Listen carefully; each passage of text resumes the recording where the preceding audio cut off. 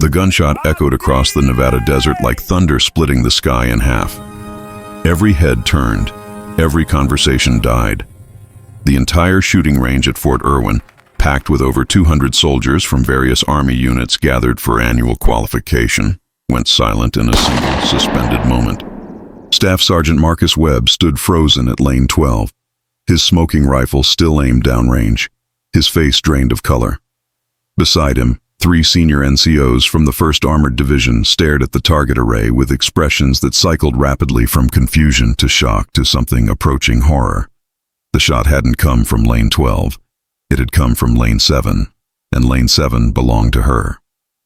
Captain Elena Reyes stood motionless in her shooting stance, her M110 semi-automatic sniper system still pressed against her shoulder, her breathing controlled, her eyes locked on a target that shouldn't have been possible to hit. Not from that distance, not from that angle, not under those conditions, not by accident. The wind had been gusting at 15 knots, shifting direction every 30 seconds. The heat shimmer rising from the sand made accurate distance estimation nearly impossible past 800 meters. The target in question, a standard E-type silhouette, sat at 1,247 meters, partially obscured behind a desert berm, visible only as a sliver of shoulder and head. Staff Sergeant Webb had been attempting that shot for the past 40 minutes. It was an optional challenge target, placed there specifically to humble overconfident shooters. In 3 years of range operations, only 2 people had successfully engaged it. Captain Reyes had hit it on her first attempt. Not just hit it, destroyed it. The spotting scope confirmed what everyone suspected but nobody wanted to believe. Center mass on the visible portion. A shot so precise it would have been impressive from a stationary bench rest with perfect conditions. She had made it standing, in wind, after already completing 6 hours of continuous shooting drills. What the hell was that?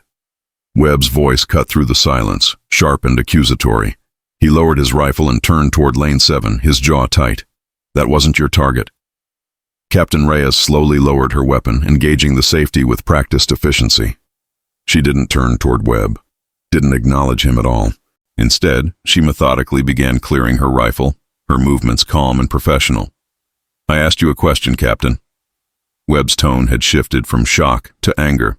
Several soldiers nearby shifted uncomfortably.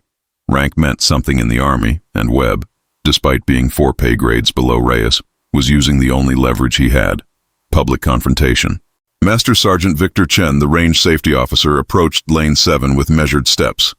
His weathered face revealed nothing, but his eyes were sharp. Captain Reyes, that target was assigned to Lane 12. Now she turned. Captain Elena Reyes was 31 years old, with dark hair pulled back in a regulation bun, brown eyes that seemed to calculate distance and probability in the same glance, and a posture that suggested she'd been born wearing combat boots. She wore no makeup, needed none. Her presence was the kind that made people step aside without realizing they'd done it. Yes, Master Sergeant. Then why did you engage it? The question hung in the desert air. Around them, soldiers who should have been focusing on their own lanes were now openly staring. This was the kind of moment that would be repeated in barracks and dining facilities for weeks. The kind of moment that could define or destroy a career. Staff Sergeant Webb stepped closer, emboldened by the attention. She's showing off. That's what this is, trying to prove something. Reyes's expression didn't change. I wasn't trying to prove anything. Then what were you doing? Chen's voice remained neutral, but there was an edge to it now.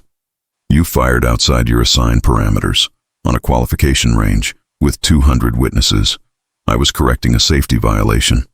The words fell like stones into still water. Webb's face flushed red. What did you just say? Reyes turned to face him fully now, and several people later swore the temperature dropped 5 degrees. Your shooting position was compromised.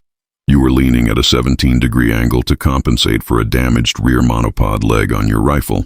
Your breathing pattern was irregular, 3-second inhales, 5-second exhales, suggesting possible dehydration or heat stress.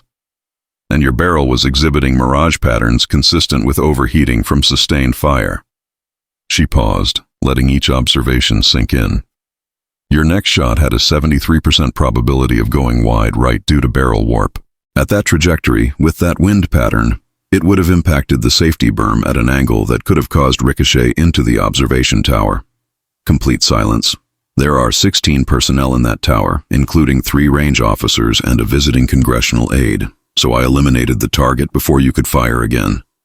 Master Sergeant Chen's eyes narrowed. You calculated all that in the time it took Webb to line up his shot? Yes. And decided the appropriate response was to engage his target from your lane? The appropriate response was to eliminate the immediate threat. Which I did. Webb looked like he'd been slapped. My equipment was fine. You're making this up to cover your grandstanding. Reyes didn't blink. Your monopod leg cracked during your 4th series. You tried to compensate by shifting your weight distribution. It worked for a while, then it didn't. Prove it. Without a word, Reyes walked to lane 12. Webb started to object, then thought better of it. She knelt beside his rifle setup, reached beneath the rear support, and lifted. The monopod leg came away in 2 pieces. The carbon fiber support had developed a hairline fracture that had finally given way completely.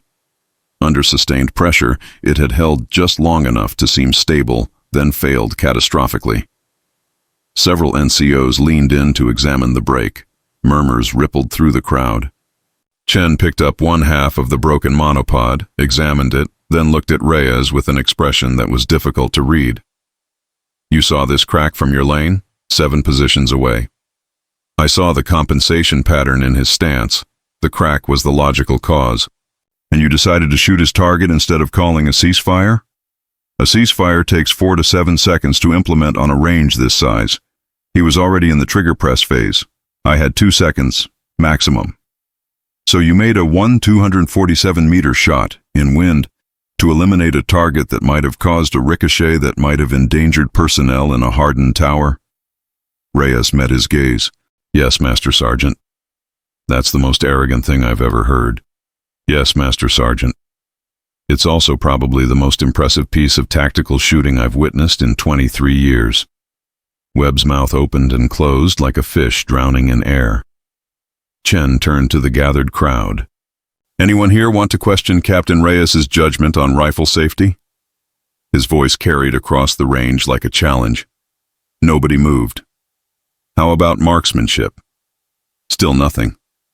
Then I suggest we all return to our assigned lanes and complete qualifications. The show's over. Slowly, reluctantly, soldiers began filtering back to their positions. But the murmurs didn't stop, couldn't stop.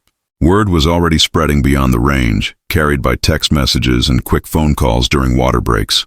Webb stood alone at lane 12, staring at the broken monopod in his hands, his face a mixture of humiliation and something else, something darker. Reyes had already returned to lane 7. She checked her rifle temperature, adjusted her scope settings, and prepared for her next series. Business as usual. But Chen remained, watching her with an expression that suggested he was trying to solve a puzzle. Captain, she looked up. How long were you watching Webb's stance before you fired? 97 seconds. And in those 97 seconds, you calculated wind speed, identified equipment failure, projected ricochet probability, and decided the best course of action was to make an impossible shot instead of following standard safety protocol. It wasn't impossible, just improbable. That's not an answer. Reyes set down her rifle and stood. When she spoke, her voice was quiet enough that only Chen could hear. Master Sergeant, would you have called a ceasefire based on a suspicion about someone's stance? Chen considered this. Probably not. And if you had, would anyone have believed the threat was real? Probably not. So I made the only choice that eliminated risk without creating conflict. You created plenty of conflict. No, I created clarity. She gestured toward the target array. Everyone on this range now knows exactly what standard they're being held to, including Staff Sergeant Webb. Chen studied her for a long moment. You know this won't end here. I know. Webb's got friends. People who don't like seeing NCOs shown up by officers, especially young officers. Especially female officers, Reyes finished. Yes, Master Sergeant. I'm aware. And you're okay with that? She picked up her rifle again, checked the chamber, adjusted her stance. I'm okay with doing my job to the best of my ability. Everything else is noise. Chen shook his head slowly, something like respect flickering in his eyes. You're either the bravest officer I've met or the most naive. Can't I be both? For the first time that day, Master Sergeant Victor Chen smiled. Get back to work, Captain. She did, but across the range, Staff Sergeant Marcus Webb was making calls of his own. By 1700 hours, Captain Elena Reyes had completed her qualification with a perfect score across all ranges and conditions. She'd signed out her rifle, cleaned her lane, and was walking toward the barracks parking lot when she saw them. 4 senior NCOs standing beside her truck. Not casually, deliberately. Webb was there, flanked by 3 others she recognized from morning formation. Sergeants first class from various units, all with at least 15 years of service, all watching her approach with expressions that ranged from curious to hostile. She didn't slow down, didn't alter her path. Captain Reyes. The speaker was a tall, barrel-chested man with a ranger tab and a face that looked like it had been carved from old leather. Master Sergeant Paul Hendricks, 75th Ranger Regiment. Got a minute? What can I do for you, Master Sergeant? Hendricks exchanged glances with the others. We've been hearing some interesting stories about what happened on the range today. Stories tend to grow with each telling. So it's not true you made a shot that our best snipers struggle with? I made a shot at 247 meters. Whether your snipers struggle with it isn't my concern. Webb stepped forward. You embarrassed me in front of 200 people. You embarrassed yourself with faulty equipment and poor judgment. His hand moved toward her before he caught himself. The other NCOs tensed. Reyes didn't flinch. Easy, Webb. Hendricks's voice carried warning, but his eyes stayed on Reyes. Captain, you're young, talented, obviously, but you need to understand how things work. The relationships between officers and NCOs are built on mutual respect. I agree completely. Then maybe you should have thought about that before showing off at Webb's expense. I didn't show off. I prevented a safety incident. By making an impossible shot that just happened to prove you're better than everyone else on that range? One of the other NCOs spoke now, a stocky man with a Special Forces tab. Come on, Captain, we weren't born yesterday. Reyes set down her gear bag slowly, carefully. Let me ask you something, Master Sergeant. If you saw another soldier about to make a critical error, would you let it happen to avoid hurting their feelings? That's not what... Because that's the choice I had. Watch Staff Sergeant Webb potentially endanger lives, or act decisively to prevent it. I chose action. If that embarrassed him, I apologize. But I won't apologize for doing my job. Hendricks crossed his arms. Your job is to lead soldiers, not to prove you're the best shooter on the range. My job is to ensure mission success and protect my people. In that moment, protecting people meant making that shot. And you just happened to have the skill to make it. Yes. Convenient. The word hung between them like an accusation. Reyes picked up her bag. Gentlemen, if you have an official complaint about my conduct, you know the proper channels. Otherwise, I have reports to file. She moved to step around them. Webb blocked her path. You think you're better than us, he said quietly. All you academy graduates do. Come out here with your degrees and your theories thinking you know everything. I don't think I'm better than anyone, Staff Sergeant. I think I'm qualified for my position. Qualified. He laughed bitterly. You want to know what we think you're qualified for? Webb. Hendricks's warning came too late. We think you're qualified to get people killed with your arrogance. We think you're a diversity hire who got pushed through because the Army needed to check boxes. We think that's enough. The new voice cut through the tension like a blade. Everyone turned. A woman stood 10 feet away, wearing the combat uniform of a U.S. Army colonel, with a Special Forces tab, Ranger tab, and airborne wings that told a story of 3 decades in uniform. Her silver hair was cut in a severe style, and her posture suggested she'd forgotten more about combat than most soldiers would ever learn. Colonel Sandra Morrison, commander of the Joint Readiness Training Center. The NCOs snapped to attention so fast it was almost comical. Webb's face went white. Colonel, we were just... Morrison held up one hand. Silence fell immediately. She walked forward slowly, her eyes moving from face to face, lingering on each NCO long enough to make them uncomfortable.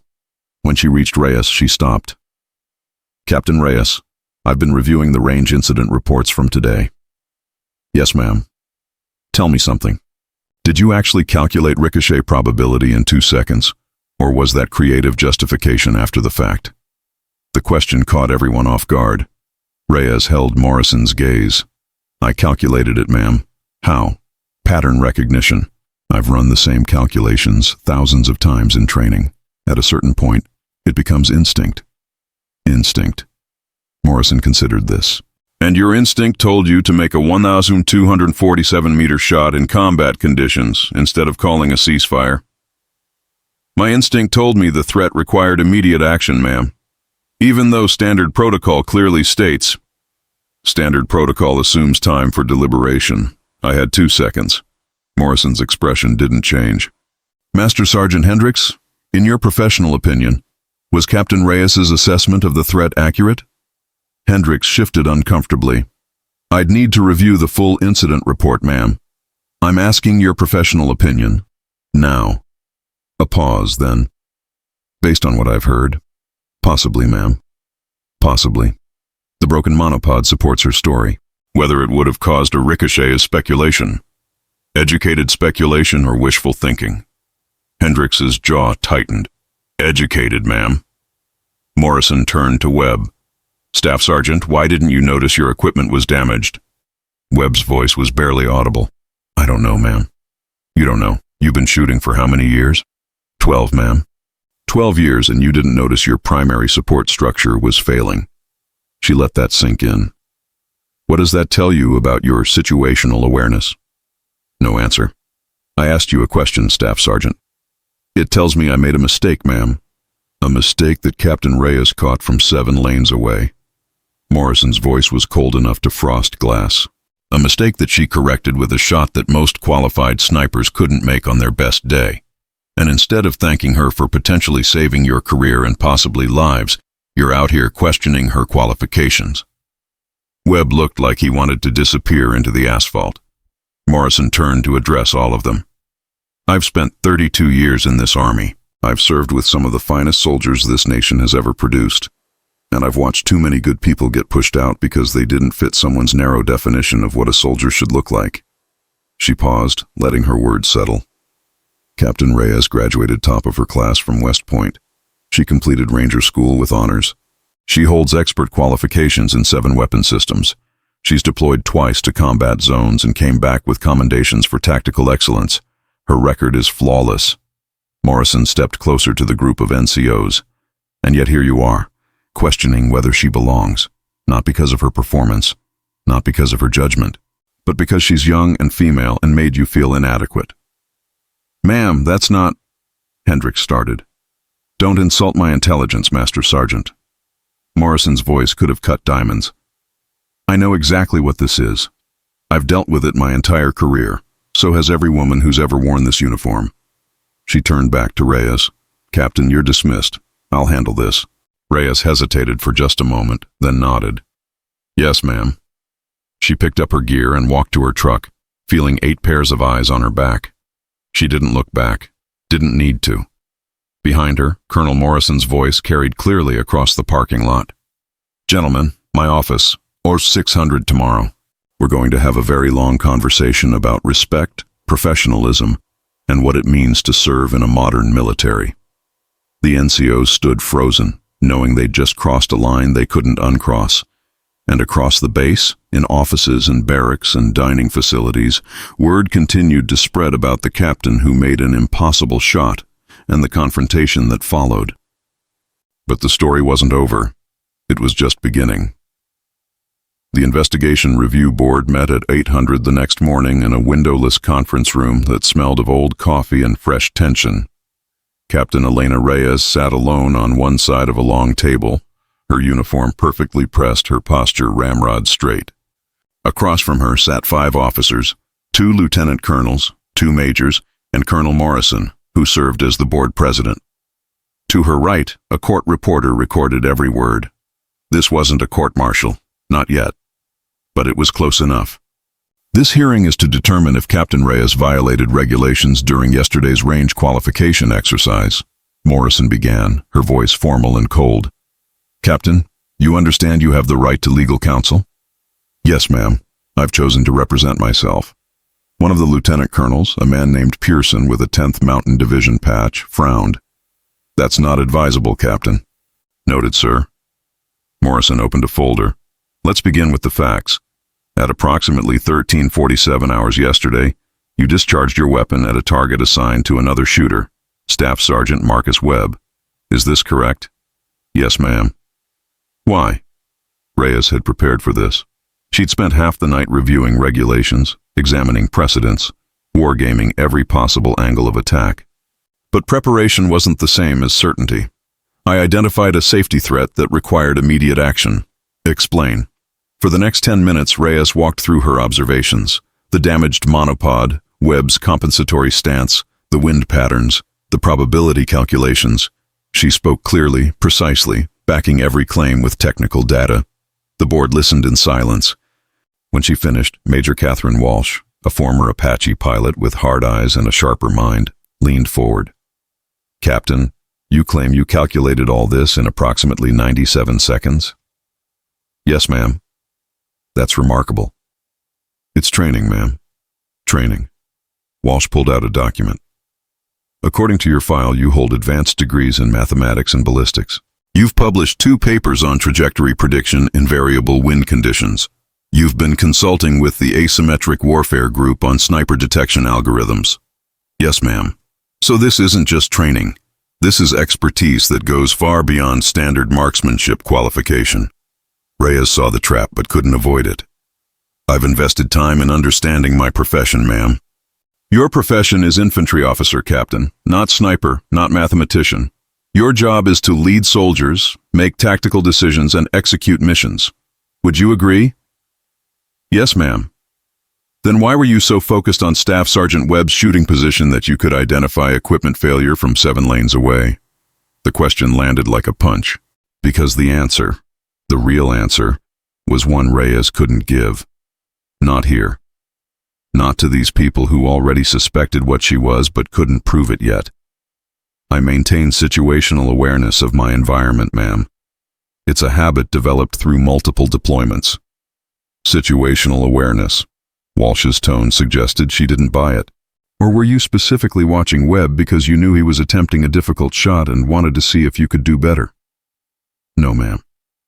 No?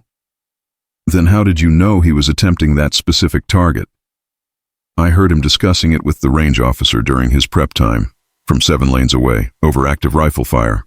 Yes, ma'am. Captain, that's either a lie or you have hearing that borders on superhuman. Lieutenant Colonel Pearson intervened. Major Walsh, let's maintain professional tone. Professional tone? Walsh's frustration broke through her military bearing. Sir, we're investigating an incident where a captain made a shot that statistically shouldn't be possible, based on observations that strain credibility, justified by calculations that would require a computer to verify. And we're supposed to accept her explanation at face value? We're supposed to follow evidence, Morrison said quietly. Do you have evidence that contradicts Captain Reyes's account? I have statistical improbability. That's not evidence. That's skepticism. Walsh turned to Reyes. Captain, be honest. You wanted to make that shot. You saw an opportunity to demonstrate your skill and you took it. The safety justification came later. Reyes met her gaze. No, ma'am. Then you're telling this board that you genuinely believed 16 people in a hardened observation tower were in danger from a potential ricochet, and the only way to prevent that danger was to make a 1,247-meter shot in combat conditions? Yes, ma'am. That's absurd. With respect, ma'am, it's accurate. The room went silent. Even the court reporter seemed to hold her breath. Morrison closed her folder. Let's take a 15-minute recess. Captain Reyes, you're dismissed temporarily. We'll recall you when ready. Reyes stood, saluted, and exited into a hallway that felt like a pressure chamber releasing. She walked to a water fountain, drank slowly, and tried to ignore the knot in her stomach. She'd known this was coming. From the moment she'd pulled that trigger, she'd known. Because the truth, the real truth, was that Major Walsh was partially right. Reyes had wanted to make that shot, not for glory, not for recognition, but because she could, because she'd spent years mastering her craft, and mastery demanded expression. Because somewhere deep in her bones, she needed to know if she was as good as she thought she was. The safety justification was real. The threat was real. But so was the desire, and that made everything complicated. "Captain." She turned to find Colonel Morrison standing in the hallway, hands clasped behind her back. They were alone. "Ma'am." Morrison studied her for a long moment. "You're not telling us everything." "Ma'am, I've answered every question honestly." "Honestly isn't the same as completely." Morrison moved closer. "I've read your file, Captain, all of it, including the classified sections." Reyes felt her pulse quicken but kept her expression neutral. "I know what you did in Kandahar," Morrison continued quietly. "I know about the observation post. The impossible angle. The shot that shouldn't have worked but did. That operation is classified, ma'am, and it's going to stay that way. But I also know that you've been flagged by Special Operations Command 3 times for assessment and recruitment. I know that you've consistently refused those opportunities, and I know that people at very high levels have very specific plans for you." Morrison paused, choosing her next words carefully. "What I don't know is why you keep hiding what you are. I'm an infantry officer, ma'am. You're one of the most naturally gifted tactical shooters the Army has seen in a generation, possibly ever, and you're wasting that gift leading a rifle company when you could be doing work that actually matters." Reyes chose her words carefully. "With respect, ma'am, leading soldiers matters. Don't patronize me, Captain. I've led soldiers for 32 years. I know what matters. I also know talent when I see it, and I know when that talent is being squandered because someone is too proud or too stubborn to accept who they really are. Who I really am is an officer who made a judgment call on a range. Who you really are is a weapon that the Army doesn't know how to properly employ because you won't admit you're more than a standard infantry officer." The words hung between them. Morrison's voice softened slightly. "Elena, I'm not your enemy, but I'm also not going to let you throw away a career over misplaced modesty. What happened yesterday is going to follow you. People are going to ask questions, push for answers, and eventually someone's going to dig deep enough to find what you're trying to hide. I'm not hiding anything, ma'am. You're hiding everything." Morrison stepped back. "The board is going to reconvene in 5 minutes. When we do, I'm going to ask you one direct question, and I need you to answer it truthfully. Can you do that?" Reyes hesitated, then nodded. Morrison turned to walk away, then paused. "For what it's worth, I think you made the right call yesterday. The question is whether you're ready to accept the consequences." 5 minutes later, Reyes sat across from the board again. Morrison opened the session with a formality that felt rehearsed. "Captain Reyes, this board has reviewed the available evidence and testimony. We have one final question before we render our findings." "Yes, ma'am." Morrison's eyes locked onto hers. "In your professional assessment, could anyone else on that range have made the shot you made yesterday under those conditions?" The room went silent. It was a brilliant question, a trap disguised as an opportunity. If Reyes said yes, she was lying, and everyone knew it. No one else could have made that shot. The statistics proved it. If she said no, she was admitting to being exceptional, to being more than what she claimed, to being exactly what Morrison had accused her of hiding. Either way, she lost something. Reyes took a slow breath. Thought about all the training, all the hours on ranges across the world, all the moments when she'd pulled a trigger and changed an outcome. Thought about what her father had told her before she'd left for West Point. The truth is never wrong, even when it costs you. "No, ma'am," she said quietly. "I don't believe anyone else could have made that shot." Major Walsh leaned forward. "Then you're admitting you possess unique capabilities beyond standard qualification?"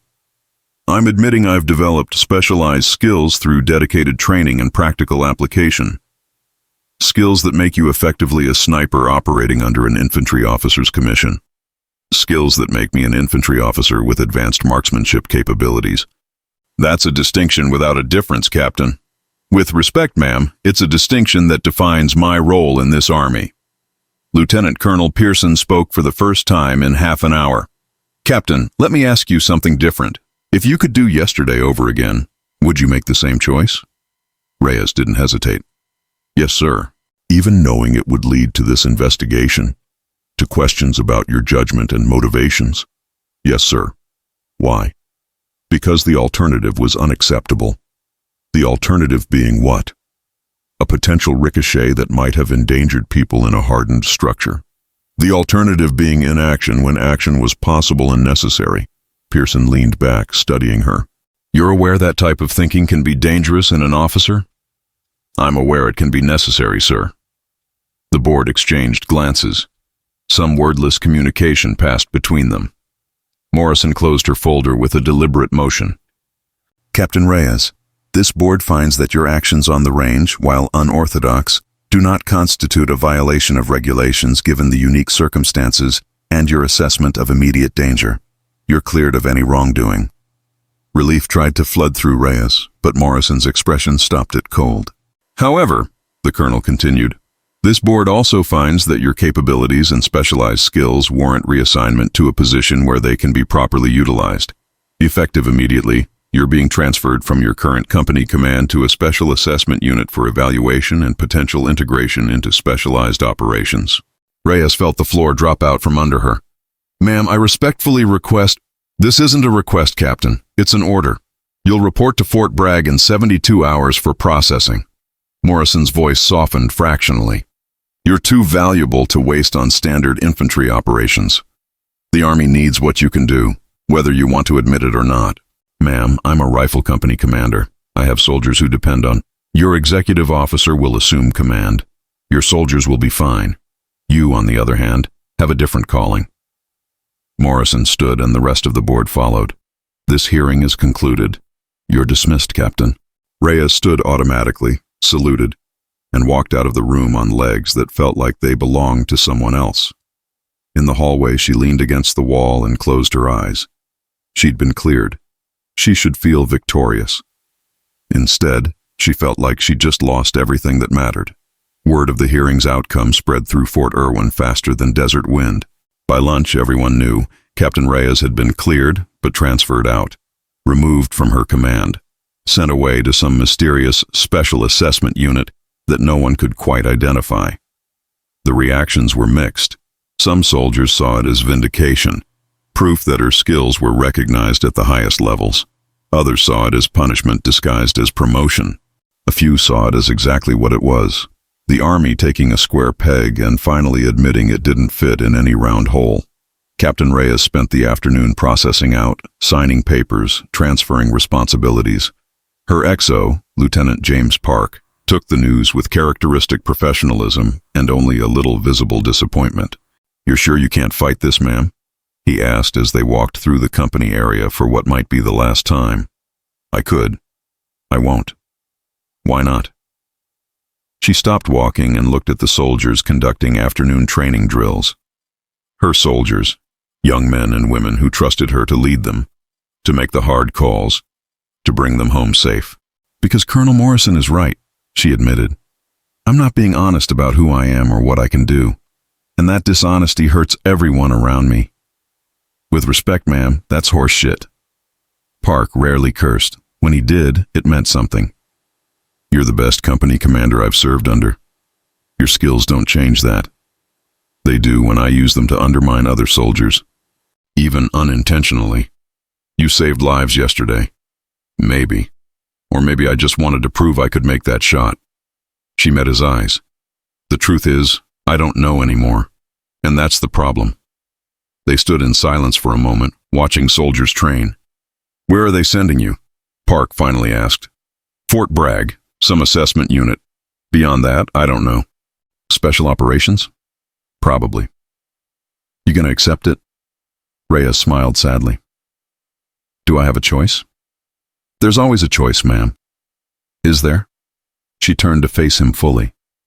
I spent years trying to be just another infantry officer, trying to fit in, trying to lead without standing out, and the harder I tried, the more obvious it became that I'm not built for that role. Yesterday just made it impossible to deny anymore. So you're giving up.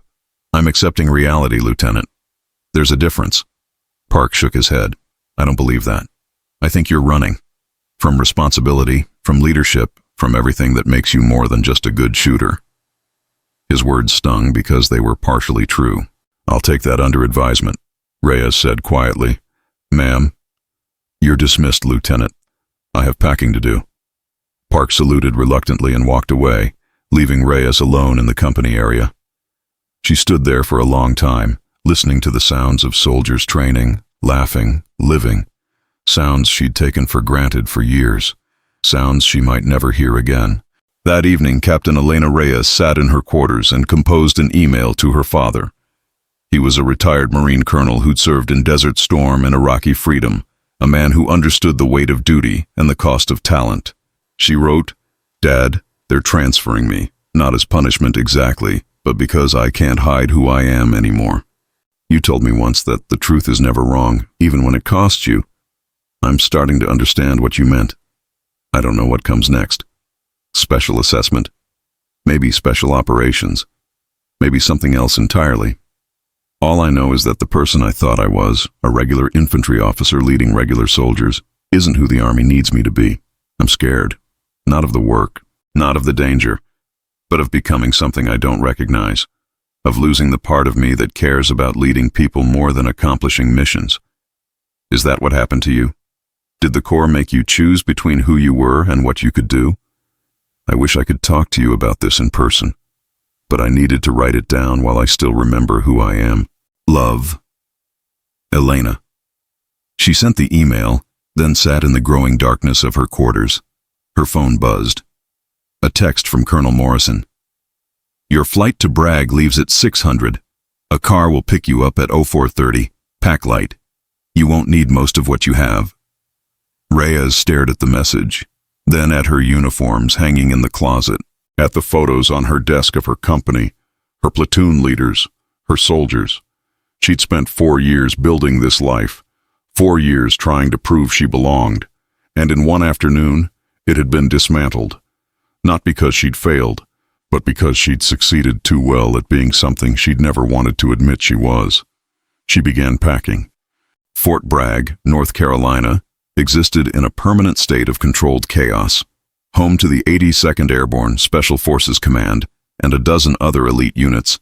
It was where the Army sent people who needed to be forged into something harder, sharper, more dangerous. Captain Elena Reyes arrived at 1100 hours on a gray Thursday morning that smelled like pine trees and gunpowder. A specialist in dress uniform met her at the airfield, checked her orders without comment, and drove her in silence to a nondescript building complex on the southwestern edge of the base. No signs, no unit designations, just numbers on doors and a security checkpoint that required 3 forms of ID and a retinal scan. "Welcome to Building 47, ma'am," the specialist said as he pulled away, leaving Reyes alone in a parking lot that held exactly 4 vehicles. She grabbed her duffel and walked to the main entrance. Inside, a sergeant major sat behind a desk that looked like it had been stolen from an accountant's office. He was in his 50s, with gray threading through his high and tight haircut, and eyes that had seen too much to be impressed by anything. "Captain Reyes." "Yes, Sergeant Major. You're 2 hours early." "Better early than late, Sergeant Major." He almost smiled. "You'll fit in here, or you won't. We'll find out." He slid a folder across the desk. "Read this. Sign the last 3 pages. Don't discuss anything you learn here with anyone outside this building. Violation of that instruction is grounds for immediate separation and potential prosecution." Reyes opened the folder. The first page was a non-disclosure agreement that used words like national security, special access program, and compartmented information. She signed it. The second page was a waiver acknowledging that training activities might result in injury, permanent disability, or death, and that she participated voluntarily and with full knowledge of associated risks. She signed it. The third page was a consent form allowing comprehensive psychological, physiological, and neurological assessment, including but not limited to stress testing, cognitive mapping, and pharmacological evaluation. She paused on that one. The sergeant major watched her. "Problem, Captain? Pharmacological evaluation? We need to understand how your brain works under various conditions. That includes chemical conditions. It's voluntary, but if you refuse, you're dismissed from the program." "What program, Sergeant Major?" "That's above my pay grade. Sign or don't. Your choice." Reyes thought about Lieutenant Park's words. There's always a choice. She signed. The sergeant major collected the folder, made 3 copies, filed them in different drawers, and then stood. Follow me. He led her through a maze of corridors that all looked identical. White walls, fluorescent lighting, doors marked with alphanumeric codes that meant nothing to her. They passed a few soldiers in uniform, but most people wore civilian clothes and didn't make eye contact. You'll be here for 6 weeks minimum, the sergeant major explained as they walked. First 2 weeks are assessment and baseline establishment. Next 2 are capability testing. Final 2 are integration training, assuming you pass the first 4. And if I don't pass? You return to normal infantry operations with a notation in your file that you underwent evaluation for specialized assignment and were deemed unsuitable. No shame in it. 90% of people who come through here wash out. What happens to the 10% who don't? Can't tell you that until you're part of the 10%. They stopped at a door marked Processing 3. Inside, you'll meet Captain Nguyen. She'll walk you through intake. Questions? Just one, Sergeant Major. Why me? He studied her for a moment. Because someone saw your file and thought you might have what we're looking for. Whether they're right is what we're about to find out. He opened the door and gestured her inside. The room was small, clinical, and dominated by a desk where a woman in her early 40s sat reviewing documents on a tablet. She wore Army combat uniform without any unit patches, just a name tape that read Nguyen and Captain bars. Captain Reyes, sit. Reyes sat. Nguyen looked up, and Reyes was struck by her eyes. Not hostile, not friendly, just intensely analytical, like she was already conducting an assessment. I'm Captain Sarah Nguyen, clinical psychologist and program director. For the next 6 weeks, I'm going to know you better than you know yourself. I'll understand your capabilities, your limits, your psychological triggers, and your breaking points. This will not be comfortable, but it will be thorough. She set down her tablet. The program you've been referred to is officially designated Phoenix. It's a special access program designed to identify, assess, and train soldiers with exceptional capabilities for integration into high-value targeting operations. In simple terms, we find people who can do things others can't, and we give them the resources to do those things in service of national security. What kind of things? Reyes asked. Depends on the person. For you, based on preliminary file review, we're interested in your tactical observation and precision engagement capabilities. But capabilities aren't enough. We need people who can make decisions under extreme pressure, operate independently in hostile environments, and maintain psychological stability during extended deployments. Nguyen pulled up something on her tablet. Tell me about Kandahar. Observation Post Delta, September 2023. Reyes felt her stomach tighten. That's classified. Not to me. Tell me what happened. I'd prefer not to. I don't care what you prefer, Captain. This is an assessment. Everything is fair game. Either tell me about Kandahar, or tell me you refuse to participate. Those are your options. Reyes took a slow breath. Thought about walking out. Thought about going back to a rifle company somewhere and pretending yesterday's range incident had never happened. But Colonel Morrison had been right. That door was closed now. Observation Post Delta was a forward position in Kandahar province. She began quietly. 6 soldiers. My platoon sergeant, a medic, and 3 riflemen. We were providing overwatch for a convoy route that had been hit by 3 IEDs in as many weeks. Continue. On the 3rd day we spotted movement. 3 individuals approximately 1,800 meters out digging on the roadside. Classic IED emplacement pattern, I called it in. And command said they couldn't get air support or ground QRF to our location for 40 minutes minimum. The convoy was scheduled to use that route in 20 minutes. Nguyen's expression didn't change. What did you do? I requested authorization for engagement. Denied. Too far, too ambiguous. Command wanted positive ID of weapons before engagement authorization.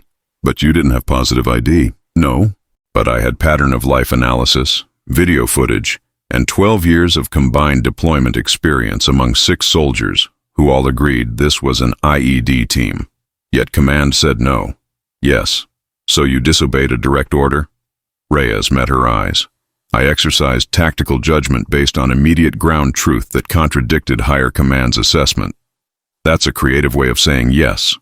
I took the shot. 1,043 meters. Wind at 12 knots from the southwest. Elevation change of 400 feet.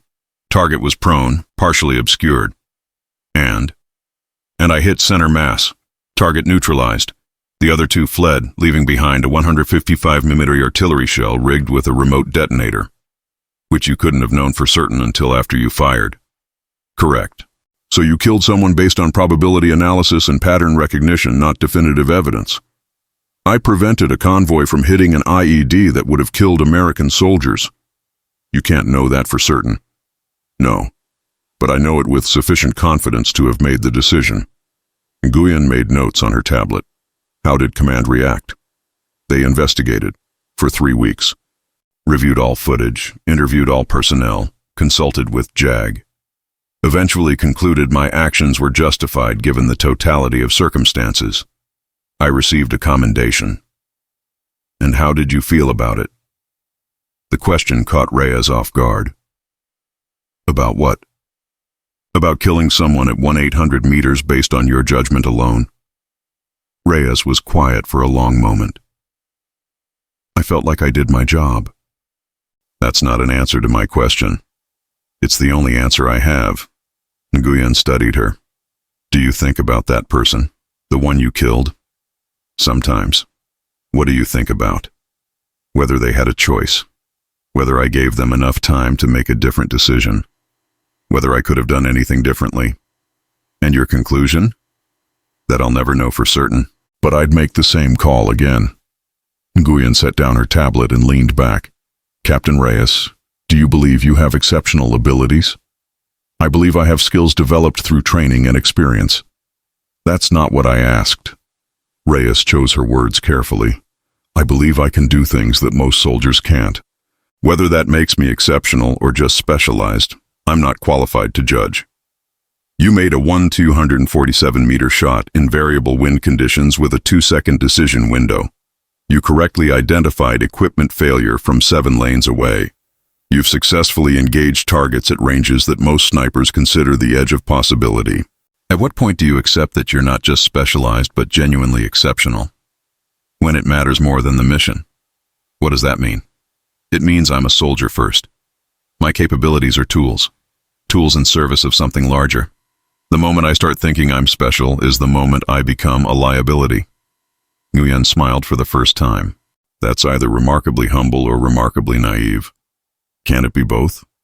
It can, but it shouldn't be. She stood. Captain, we're going to spend the next 6 weeks determining exactly what you're capable of, not what you think you can do, not what your file says, what you can actually accomplish when every variable is controlled and measured. It won't be pleasant, but it will be enlightening. I understand. No, you don't. Not yet. But you will. Nguyen walked to the door. Follow me. Time for your first assessment. The next 4 hours were the most exhausting of Reyes's life, and she'd survived Ranger School. First came physical testing. Not standard PT tests, but biomechanical analysis that measured reaction time, hand-eye coordination, proprioception, and a dozen other factors that Reyes didn't fully understand. Technicians attached sensors to her body and made her perform tasks, while machines recorded data. Track this dot with your eyes. Don't move your head. Catch this ball. Now catch 2. Now 3.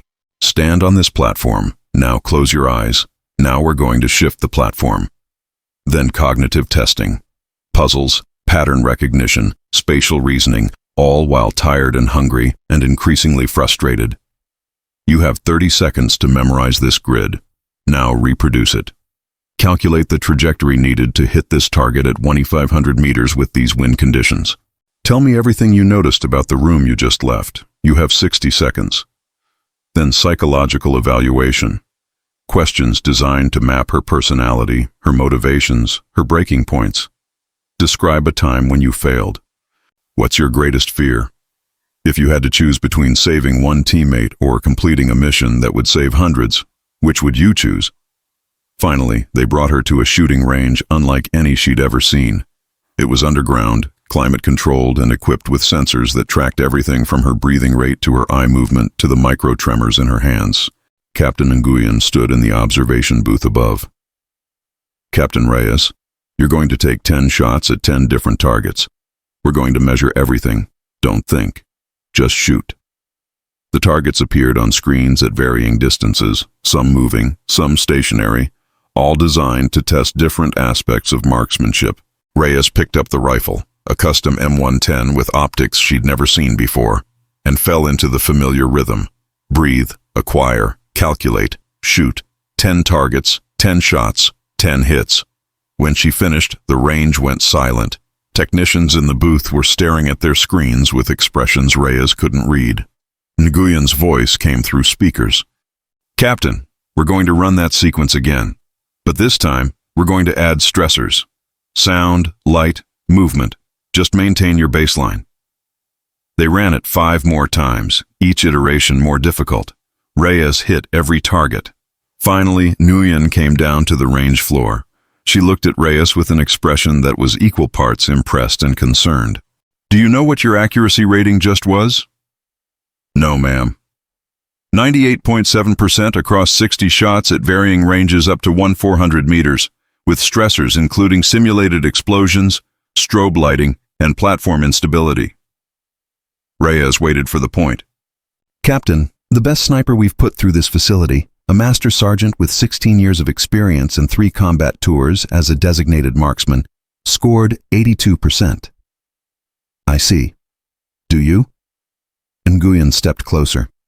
"Because I don't think you understand what you are. What we're seeing here isn't just skill, it's neurology." Your brain processes spatial information, calculates trajectories, and executes motor commands at a rate that's at the extreme edge of human capability. Combined with your training and experience, it makes you possibly the most naturally gifted precision shooter the U.S. military has ever documented. Reyes didn't know what to say to that. "Tomorrow we start stress testing," Nguyen continued. "We're going to push you until you break, because everyone breaks eventually. The question is where your breaking point is and whether you can function beyond it." She turned to leave, then paused. "One more thing, Captain. The person you killed in Kandahar, the one you think about sometimes?" "Yes?" "Stop thinking about whether you made the right call. You did. What you should be thinking about is how many more people you're capable of killing with that same certainty, because that's what this program is really about, finding people who can make those decisions and live with them." She walked away, leaving Reyes alone in the range. The words echoed in the silence. "How many more people are you capable of killing?" Reyes didn't have an answer, but she suspected she was about to find out. Week 3 of assessment began with a conversation Reyes hadn't expected. Captain Nguyen sat across from her in a debriefing room, reviewing data on her tablet with an expression that suggested she'd found something either fascinating or troubling, possibly both. "Your psychological profile is interesting," she said without preamble. "Strong moral framework, high empathy scores, deep commitment to team cohesion and leadership responsibility. Classic characteristics of a successful officer." "Thank you, ma'am. I wasn't complimenting you. I was identifying a problem." Reyes waited. "Captain, the work we're preparing you for requires a different psychological architecture.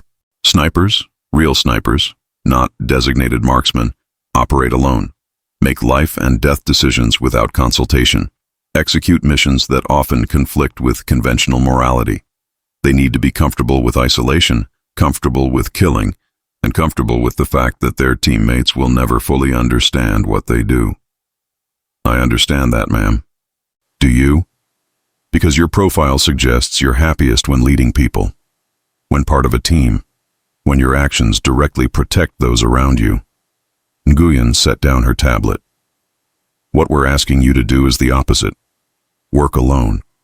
Trust no one with operational details. Kill people at distances where you never see their faces, never know their names, never get closure. I've done that before. Once, in Kandahar, under extraordinary circumstances, and you still think about it 3 years later." Nguyen leaned forward. "We're not asking if you can do this job. Your test scores prove you can. We're asking if you should, if it will destroy you in the process. The honesty caught Reyes off guard. What happens if you determine I shouldn't? She asked quietly. We send you back to the conventional army with a recommendation for company or battalion command. You'll have a good career, lead soldiers, make a difference, never have to wonder if you're becoming something you don't recognize. And if I stay? Then we break you down completely and rebuild you into something that can function in the spaces between normal military operations. Something that can make impossible decisions and live with impossible consequences.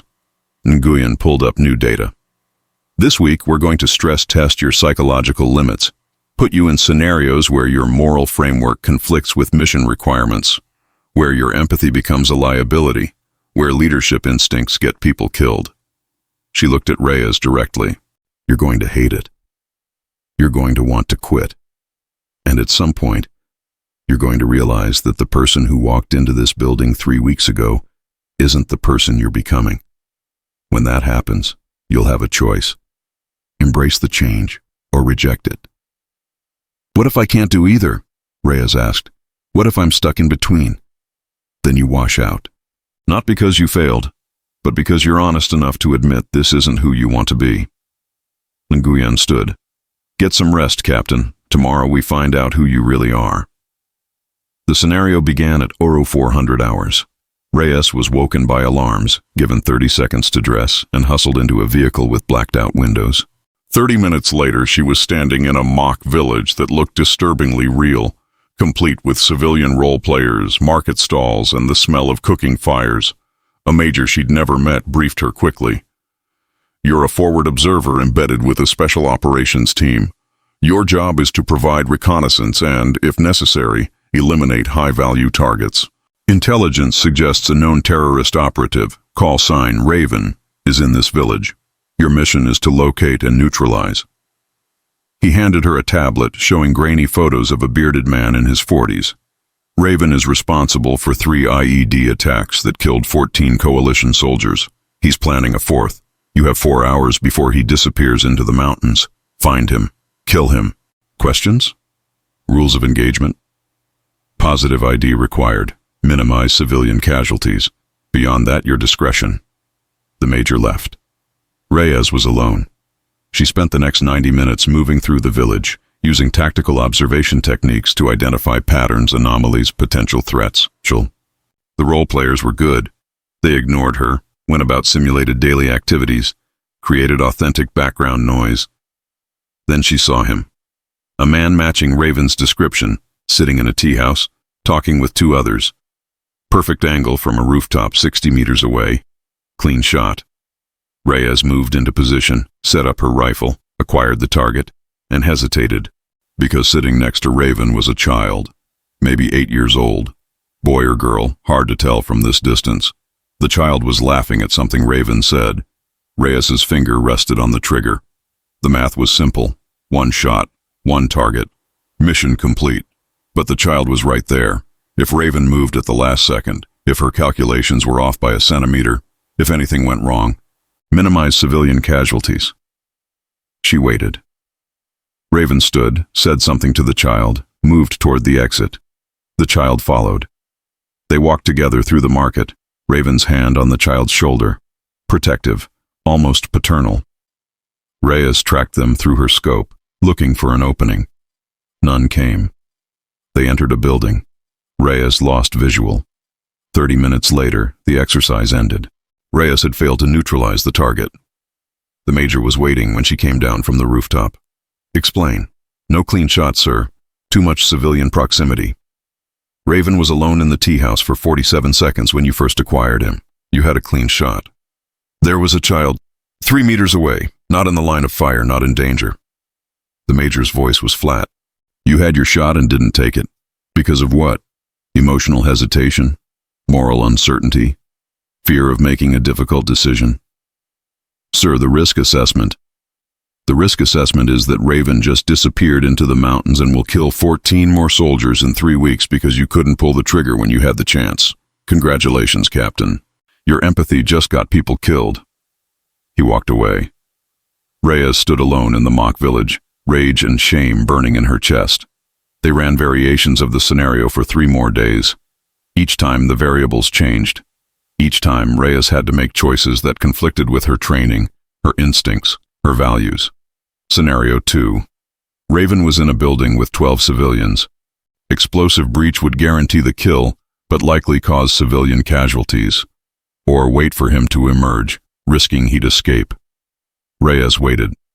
Raven escaped through a back exit she hadn't covered. Indecisiveness gets people killed, Captain. Scenario 3. Raven was using a child as a human shield. Reyes had a shot at his head, but the margin of error was millimeters. She took it. Hit Raven. Also hit the child, a role player wearing a blood pack that exploded dramatically. Acceptable casualties don't mean acceptable outcomes, Captain. Scenario 4. Raven was meeting with 2 other high-value targets. Intelligence said all 3 needed to be eliminated simultaneously. Reyes was alone, could only engage 1 at a time. She prioritized Raven. The other 2 escaped. Mission parameters aren't suggestions, Captain. They're requirements. By day 6, Reyes was exhausted, angry, and starting to doubt everything she thought she knew about her own judgment. Captain Nguyen found her in the barracks, staring at ceiling at 0200 hours. Can't sleep? No, ma'am. Nguyen sat on the edge of the bunk. Want to talk about it? Not particularly. Too bad. Talk anyway. Reyes sat up slowly. You're setting me up to fail.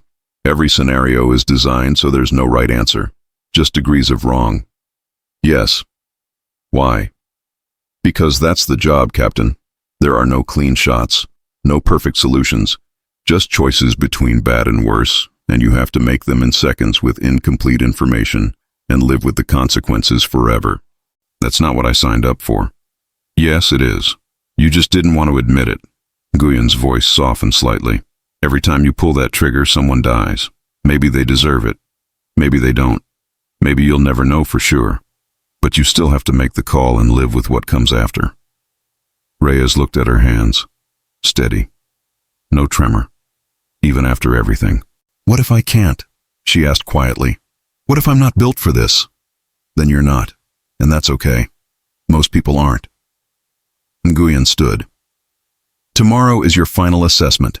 1 scenario. Pass or fail.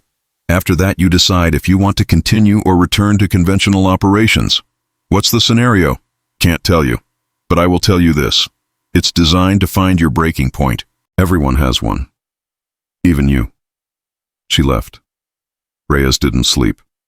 The final scenario began at dawn. They took her to a different facility, this one more isolated, more realistic. The kind of place where training became uncomfortably close to actual combat. The briefing was simple. High-value target designated Vulture. Terrorist financier responsible for funding operations that killed over 200 coalition soldiers and countless civilians. Currently meeting with associates in a compound 2 kilometers from your position. Your mission is to neutralize Vulture. Time limit, 2 hours. After that, he disappears. They gave her a rifle, a spotter, and minimal support. The spotter was a quiet sergeant named Hayes, who'd been through the program twice and washed out both times. He didn't explain why, and Reyes didn't ask. They moved into position, a hilltop overlooking the compound. Through the scope, Reyes could see her target, a man in his 50s, well-dressed, sitting in a courtyard surrounded by armed guards. Range, 1,680 meters, Hayes murmured. Wind, 8 knots, southwest, temp 73 degrees, humidity 42%. Reyes calculated automatically. Difficult shot, but manageable. I have the shot. Wait. Hayes was looking through his own scope. Movement, northwest corner. Reyes shifted her view. A woman had entered the courtyard. Young, maybe mid-20s, wearing traditional dress. She walked directly to Vulture, said something, sat down beside him. Second target? Reyes asked. Hayes checked his tablet. Negative. Civilian. Likely family member. She's in the line of fire. Affirmative. Reyes waited. The woman and Vulture talked, apparently relaxed. Guards stood nearby but not close enough to be a threat. Clock's running, Captain, Hayes said quietly. 90 minutes remaining. Reyes kept watching, waiting for the woman to move. She didn't. Instead, more people arrived. Children.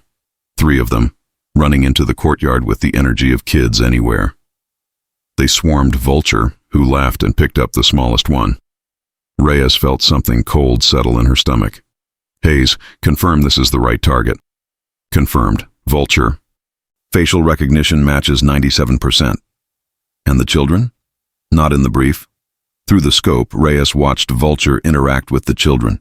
Genuine affection, real smiles, a man being a grandfather, terrorist financier responsible for funding operations that killed over 200 coalition soldiers, but also a grandfather playing with children in the afternoon sun. 60 minutes, Hayes said. Reyes's finger rested on the trigger. The math was simple. 1 shot, 1 death. How many lives saved? But what about the children? What happened to them after their grandfather died in front of them? What kind of person did that create? Your empathy just got people killed, Captain. But wasn't empathy what separated soldiers from murderers? 30 minutes. Vulture stood, said something to the woman. The children protested, wanting him to stay. He ruffled their hair, spoke gently. Perfect shot. No obstruction. Reyes's breathing steadied, her heart rate slowed. This was the moment, the decision. Take the shot, eliminate the threat, complete the mission. Accept that those children would be traumatized, that the woman would grieve, that she would carry this moment forever. Or don't take the shot. Let Vulture escape. Accept that more soldiers would die, more families would grieve, because she couldn't make the hard call. Everyone has a breaking point. Reyes realized she'd found hers, not because she couldn't make the shot. She could. Her finger was already applying pressure, but because she understood now what Captain Nguyen had been trying to tell her. This job required becoming someone who could kill that man in front of those children and feel nothing, who could calculate acceptable casualties and live with unacceptable outcomes, who could turn off their empathy like a switch and turn it back on when convenient. And Reyes couldn't do that, didn't want to do that, would rather fail than become that. She lifted her finger from the trigger. I don't have the shot, she said quietly. Hayes turned to look at her. Captain? Target is surrounded by non-combatants. No clean engagement opportunity, I'm calling it. You have 17 minutes. I know, I'm still calling it. Silence stretched between them. Then Hayes smiled. Good. What? Good. You passed. Reyes stared at him. This was a test? Everything is a test, Captain. Hayes packed up his gear. The question wasn't whether you could make the shot. Your scores prove you can make any shot. The question was whether you would make it when you knew it was wrong. It wasn't wrong. Vulture is a legitimate target. Vulture doesn't exist. That's an actor named James Chen. Former Army, now works contract role-playing for training scenarios. Nice guy. Makes excellent dumplings. Reyes felt the world tilt. You need to understand something, Hayes continued. The program you're being evaluated for doesn't need robots who follow orders without question. We have plenty of those. What we need are people who can make impossible decisions while maintaining their humanity, who can kill when necessary but refuse when wrong, who understand that every shot has a cost and won't pay it just because someone ordered them to. He stood, offered her a hand up. Captain Nguyen will want to debrief you, but I'll tell you what I told her. You're the first person in 11 months to refuse that shot. Most people convince themselves it's justified. You didn't. So I passed by failing? You passed by being the kind of person we actually need. Hayes started walking back to the extraction point. Whether you want to be that person is up to you.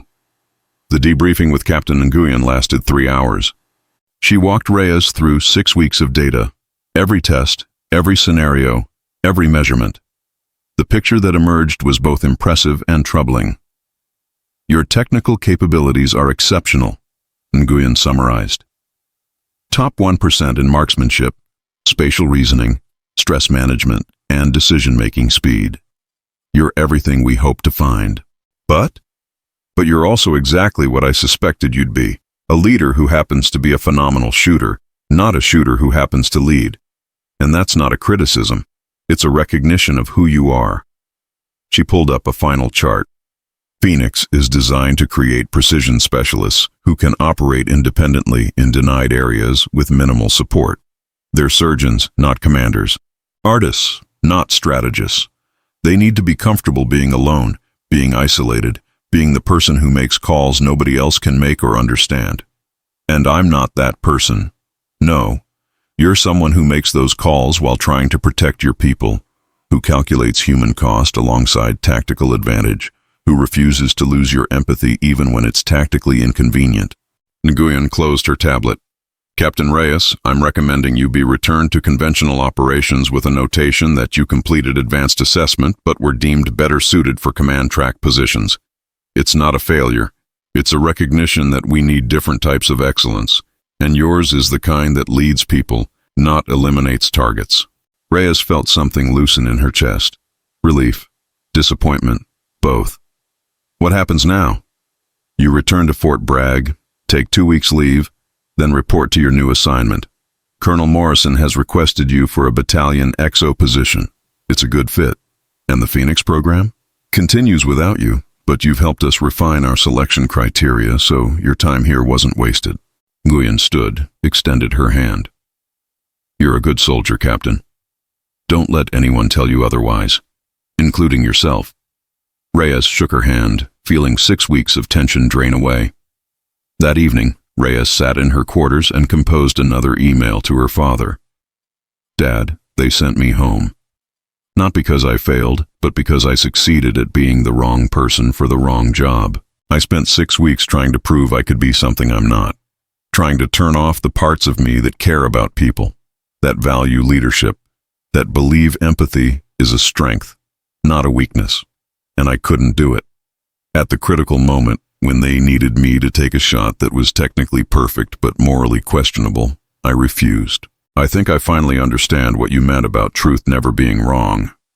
The truth is, I'm a company commander who happens to shoot really well, not a sniper who happens to lead. And that's okay. I'm going back to what I know. Leading soldiers, making decisions that protect my people. Being the kind of officer who values accuracy but values humanity more. Thanks for the lesson. Even if it took me 6 weeks and a failed assessment to learn it. Love, Elena. She sent the email and packed her bags. Tomorrow she'd return to being Captain Elena Reyes, infantry officer. Not Captain Reyes, precision shooter. Not Captain Reyes, tactical specialist. Just Captain Reyes. And for the first time in weeks, that felt like enough. Epilogue. 2 years later, Major Elena Reyes stood on a range in Afghanistan, watching her soldiers conduct marksmanship training. She'd made major ahead of schedule, commanded a company through a successful deployment, built a reputation as an officer who combined tactical excellence with genuine care for her people. The range incident from years ago had become legend, the shot that was impossible but wasn't, the confrontation that led to assessment, the assessment that proved she was better suited for command than special operations. She'd found peace with it, most days. Major! Her senior NCO, Master Sergeant Torres, approached with a tablet. Got an interesting message from battalion. They're asking if you'd be willing to provide advanced marksmanship consultation for a special operations team conducting high-value targeting in our AO. Reyes smiled slightly. What kind of consultation? Says here they need someone who can make calls on difficult shots. Someone with experience in both precision engagement and ethical decision-making. Did they specifically request me? Torres checked the message. Affirmative, requested by name. Apparently someone from Phoenix program recommended you. Reyes took the tablet, read the full request. It wasn't asking her to be a sniper. It was asking her to be what she'd always been, a leader who understood the intersection of capability and responsibility, who could teach others when to shoot and, more importantly, when not to. Tell battalion I'll do it, she said, on one condition. What's that, ma'am? I work with the team, not for them. If they need my expertise, they also need to accept my judgment, including when that judgment is to not take a shot. Torres grinned. I think that's exactly why they want you, ma'am. Reyes handed back the tablet and looked out at her soldiers' training. She'd found her place. Not in the shadows of special operations, not in the isolation of precision targeting, but here, leading people, making hard calls, being both excellent and human. They demanded explanations about the shot, until her rank and her refusal to compromise who she was ended the conversation.